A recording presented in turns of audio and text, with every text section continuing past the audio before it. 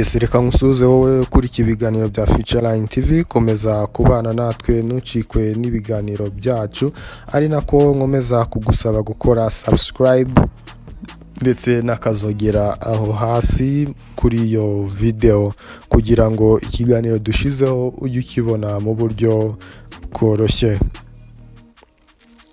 Uyu munsi rero nkaba naguteguriye ikiganiro cyangwa se urutonde rw'abahanzi 12 bakoze umuziki wabo neza bagakundwa ku rubuga rwa YouTube channel, akaba ari abahanzi bakora injyana ya Afrobeat.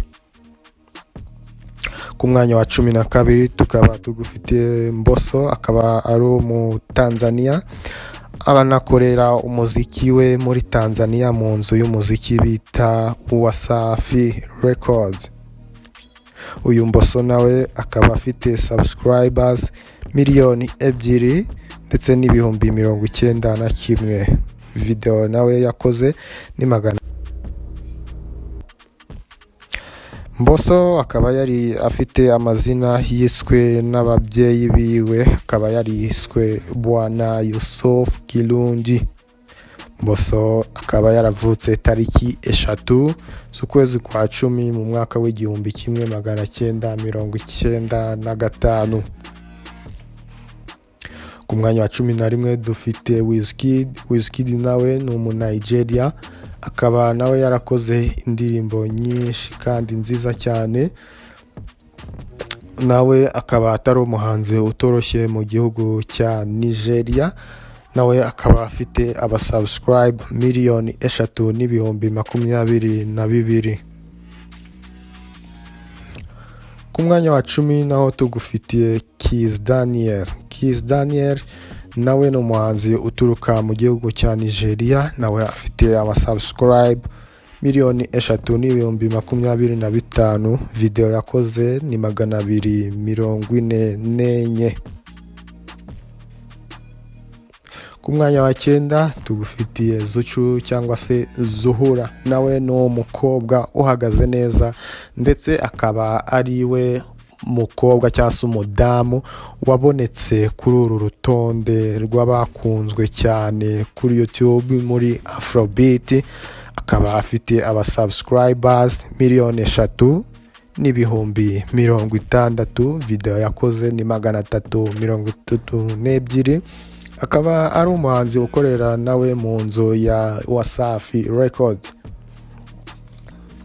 Ku mwanya wa 8 tukaba tugufitiye Mr Flavor nawe akaba ari umuhanzi ukomoka mu gihugu cya Nigeria, nawe akaba ari umuhanzi mwiza cyane wakoze indirimbo nyinshi z'amahiti, ariyo bise Olorfe ndetse na Time to Party, ari kumwe na Diamond Platnumz. Uyu Mr Flavor nawe akaba yara afite abasubscribers 3,051,051. Video amaze gukora ubwe zingana na 405.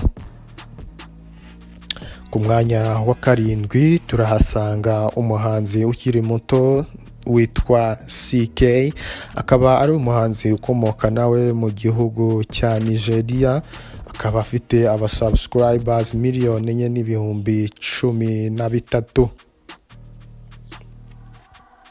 Ku mwanya wa 6 naho turahasanga umuhanzi witwa Davido ndetse yemwe benshi bakaba bakunda kumwita Obio.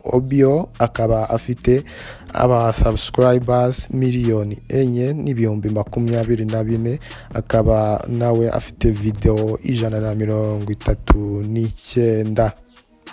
Uyu Davido rero nawe akaba yarakoze saga n'umuhanzi witwa Wizkid twavuze hejuru ko bahangana bavuga ati ninjye mwami wa muzika, undi ninjye mwami wa muzika, tukahera mu rujijo natwe ubwacu tukatangira gufatiraho tuvuga ngo uyu n'uyu niwe mwami wa muzika muri Nigeria.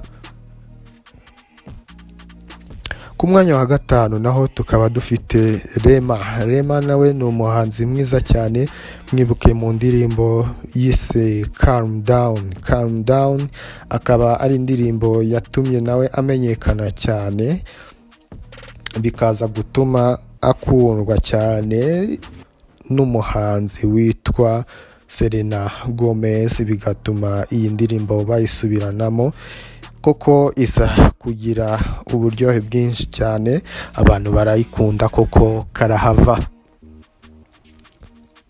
Ku mwanya wa kane tukaba tugufitiye Harmonize, Konde Boy, Jesh n'andi mazina agenda yiyita, akaba afite abasubscribe miliyoni 4 ndetse n'ibihumbi 84 by'abasubscribe.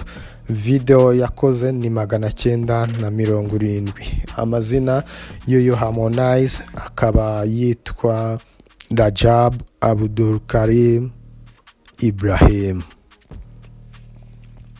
Umwanya wa gatatu akaba ari Burna Boy nyite Giant of Africa, nawe ni umuhanzi w'igihangange cyane, utajya urifana cyangwa se utajya ubura gukora cyane, yatwaye nominees nyinshi cyane, akaba nawe afite abasubscribe miliyoni 5 n'ibihumbi 7. Uyu Burna Boy na akaba yarakoze video 269. Ku mwanya wa kabiri tukaba tugufitiye Rayvanny nawe akaba ari umuhanzi wahoze muri Wasafi. Urumva kuri uru rutonde rwibanzweho n'abahanzi bo muri Wasafi cyane, akaba yarahoze muri Wasafi, ubu ngubu akaba abarizwa muri label yiwe ku giti cye yise Next Level. Rayvanny nawe akaba afite subscribe miliyoni 5 n'ibihumbi 36, akaba yarakoze video 934. Uyu Rayvanny akaba nawe afite amazina yiswe n'ababyeyi biwe, akaba yariswe Raymond Shaban Mwayusa. Rayvanny akaba nawe yaravutse mu kwezi kwa 8 tariki 22 umwaka w'igihumbi 1993. Yes, ku mwanya wa mbere of course ndumva nawe utabura kuba ufite amatsiko y'umuntu wagize ubutsinzi cyangwa se wegukanye umwanya wa mbere, akaba ari Diamond Platnumz.